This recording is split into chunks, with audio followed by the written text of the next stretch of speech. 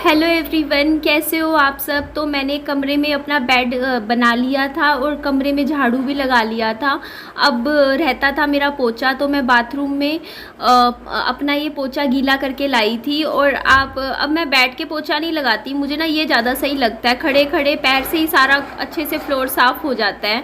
आजकल मैं ऐसे ही पोछा लगाती हूँ और बहुत ही साफ़ सुथरा हो जाता है। कोई ऐसी बात नहीं होती, दिक्कत भी नहीं आती है, क्योंकि अभी सुबह पानी आया हुआ है तो मैं फटाफट घर के रूटीन काम कर लेती हूँ।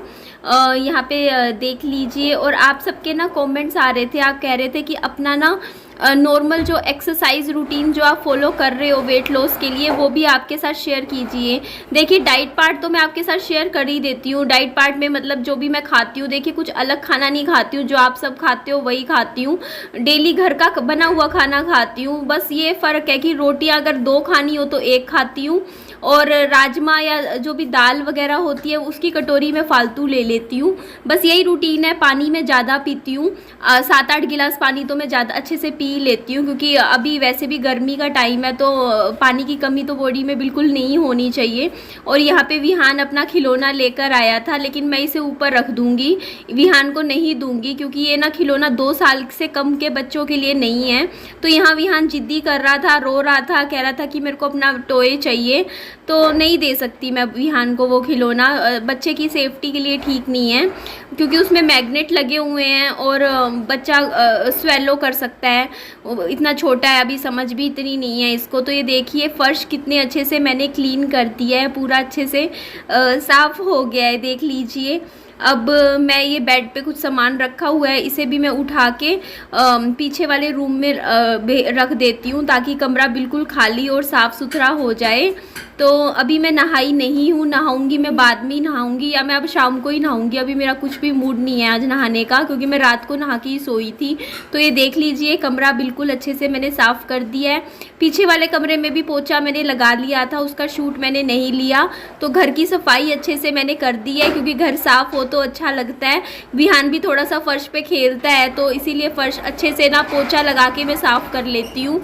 तो यहाँ पे देखिए, कमरा हो गया हमारा साफ़। अब खाने का काम रह गया है, क्योंकि अब हमें लगेगी अच्छे वाली भूख, तो भूख के लिए हमें कुछ तो खाने में बनाना होगा।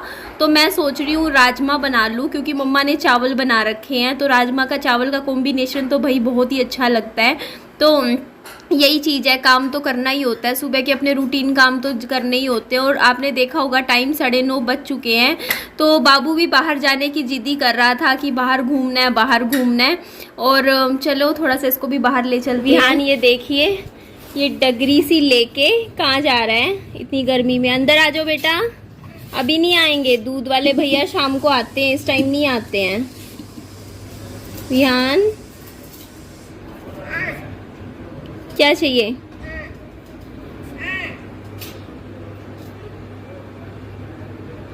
अंदर आ जाओ विहान, आजा अंदर, गर्मी लग जाएगी, बहुत गर्मी है। आजा आजा मेरी रानू, आजा। और गर्मी गर्मी गर्मी, क्या?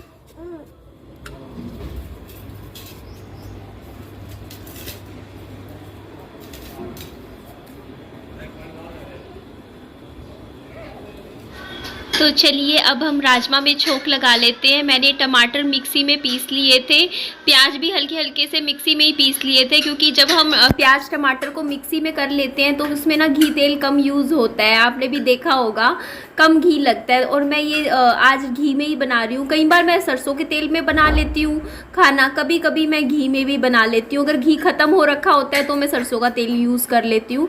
तो अभी ज़्यादा नहीं डालूंगी, 1 ही चम्मच डालूंगी। और मैं जब तक रसोई में रहती हूँ, विहान मेरे पीछे पीछे आ जाता है और छेड़छाड़ कुछ ना कुछ करता ही रहता है। तो थोड़ा सा देखना पड़ता है, क्योंकि किचन छोटी है, एकदम से हाथ बच्चे का स्लैब तक चला जाता है तो कोई गर्म चीज़ हाथ ना लगा ले, इस चीज़ का डर बना रहता है। तो बहुत ज़्यादा खास ध्यान रखना पड़ता है।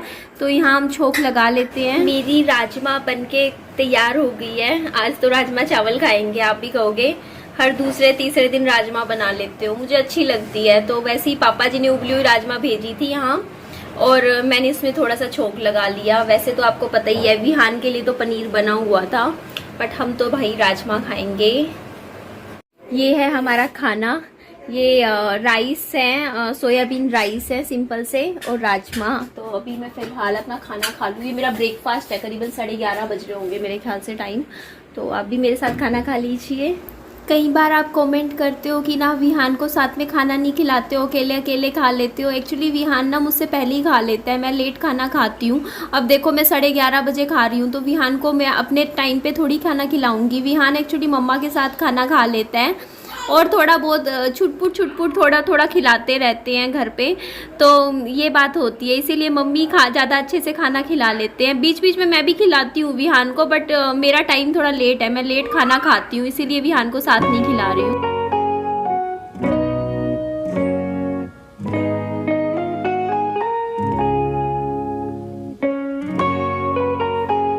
आज तो मैंने थोड़ी सी ओवर ईटिंग कर ली खाना अच्छे से, क्योंकि मेरी फेवरेट सब्जी बनी हुई थी। राजमा मुझे पसंद है, मैंने आपको बता ही रखा है। तो राजमा चावल थे तो मैंने अच्छे से खा लिया, पेट भर के अच्छे से खाना खाया था। उसके बाद फिर ये पीछे वाले रूम में मैं आ गई थी, क्योंकि इस कमरे में दिन में मैं यहीं बैठना ज़्यादा पसंद करती हूँ, क्योंकि इस कमरे में बहुत ठंडक रहती है।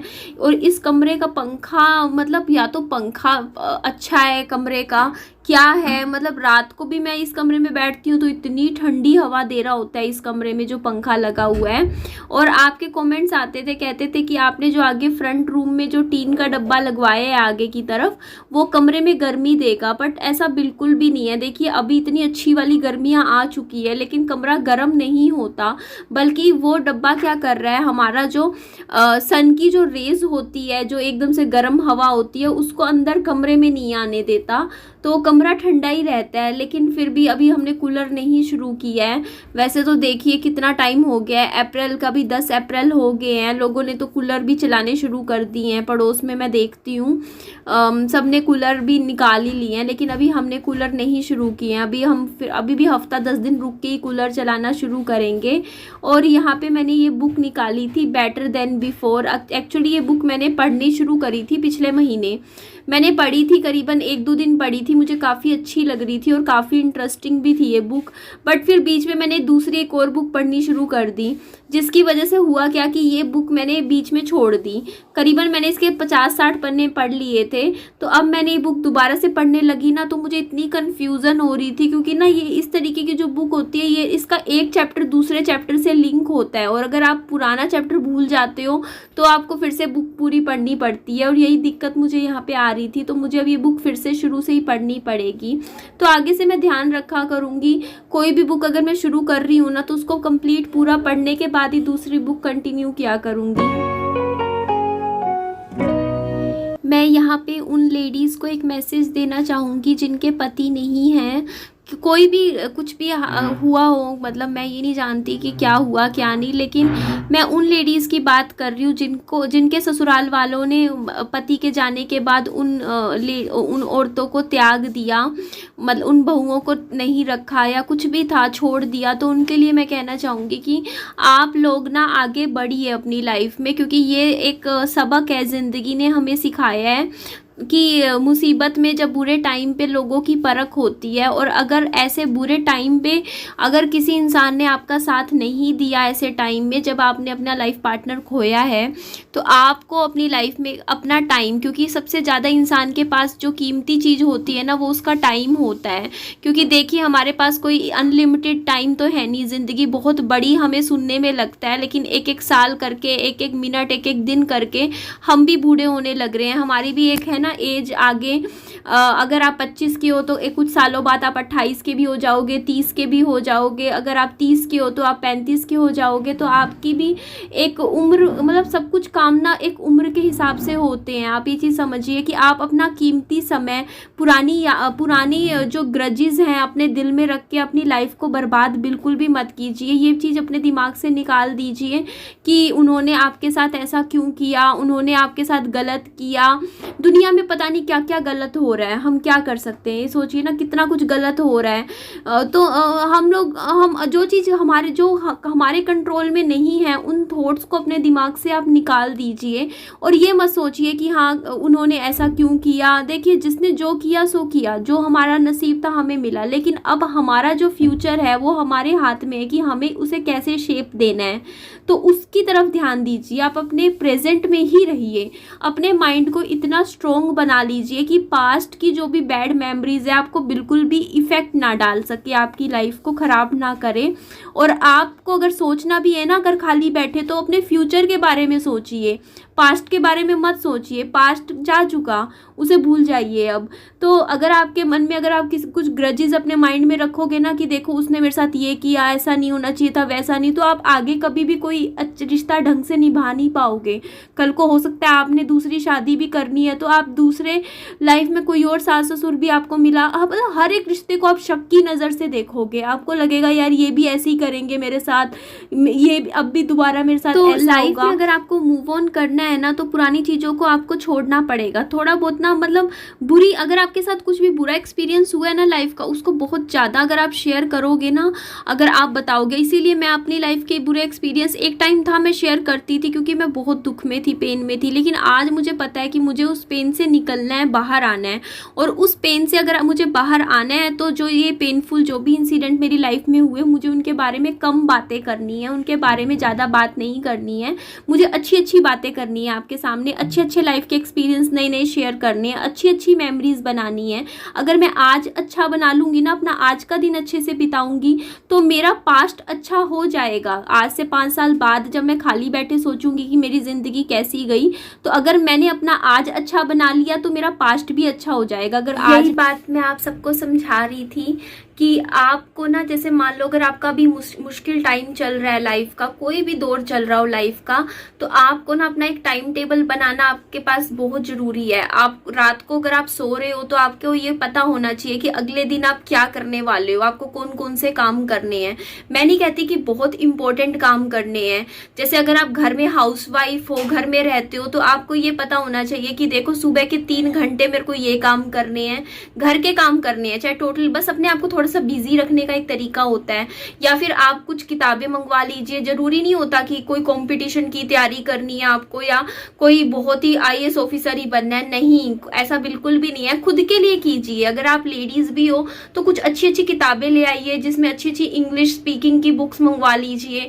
चाहे आपको नौकरी नहीं भी करनी है, फिर भी एक सेल्फ नॉलेज के लिए खाली बैठे देखो, आप कहीं अपना टाइम बेकार की चीजों में लगाओ, उसने ये किया वो किया, उससे बढ़िया आप आधा 1 घंटा अपनी इंग्लिश इंप्रूव कर लो, कुछ इंग्लिश नॉवेल्स पढ़ लो, या कुछ भी अच्छी रेसिपी सीख लो। मतलब कुछ भी करो। मेरे कहने का मतलब ये है कि अपने टाइम को एक प्रोडक्टिव वे में इस्तेमाल करो, एक अच्छे तरीके से यूज करो, ताकि आपका माइंड भी पॉजिटिव रहेगा। और ये बात तो मैंने पिछले 2 साल के अपने एक्सपीरियंस से बता रही हूँ। अगर आप पूरा दिन बिजी रहते हो, अपने आप को एक्सरसाइज करते हो, अपनी बॉडी का थोड़ा सा ध्यान देते हो, जिस तरीके से मैं कर रही हूँ, तो आपको रात को नींद आ जाएगी, बहुत अच्छी नींद आएगी। उन लेडीज के लिए अगर मैं कह रही हूँ, अगर कि जो लोग कहते हैं कि हमें रात को नींद नहीं आती, 3-3 4-4 बज जाते हैं, तो मेरे को देखो, मेरे साथ लाइफ में इतना कुछ हो गया, मैं फिर भी 11-12 बजे सो जाती हूँ, 12-12:30 विहान के सोती ही मैं सो जाती हूँ।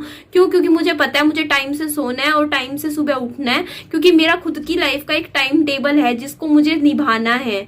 मुझे चाहे मेरी लाइफ में कितना दिन मेरा खराब जाए, लेकिन मेरे को ये काम तो करने ही करने हैं जो मैंने सोच रखे हैं खुद के लिए। मेरी किताबें रखी हैं तो मुझे वो पढ़नी ही पढ़नी है, चाहे रोज का आधा घंटा निकालना है, लेकिन पढ़ना है। क्यों? ताकि माइंड पॉजिटिव रहे, माइंड शांत रहे, पीस रहे मेरी लाइफ में। तो इसीलिए मैं आप सबके साथ ये बात मैं शेयर कर रही हूँ, बोल रही हूँ कि अपनी लाइफ का एक टाइम टेबल बनाओ, लिखो कि आपको क्या करना है। एक एक दिन में आप जो टाइम एक एक दिन खराब करते हो ना, तो वो टाइम आपको ले आने वाले टाइम में बहुत बड़ा झटका देता है। फिर आपको सब कुछ टाइम भी करना आना चाहिए। टाइम मैनेजमेंट बहुत जरूरी होता है। अगर आपको नहीं आता टाइम मैनेजमेंट करना, तो आप कुछ अच्छी बुक्स मंगवा लीजिए और उनको पढ़ के सीखिए कि टाइम को कैसे मैनेज किया जाता है। तो ठीक है जी, इस वीडियो को हम यहीं एंड करते हैं। मेरी वीडियो अच्छी लगे तो लाइक कीजिएगा, चैनल को सब्सक्राइब कीजिएगा, और दोस्तों में, फ्रेंड्स में शेयर भी कर दीजिएगा, और अपना खूब सारा ध्यान रखिएगा। Bye bye, take care.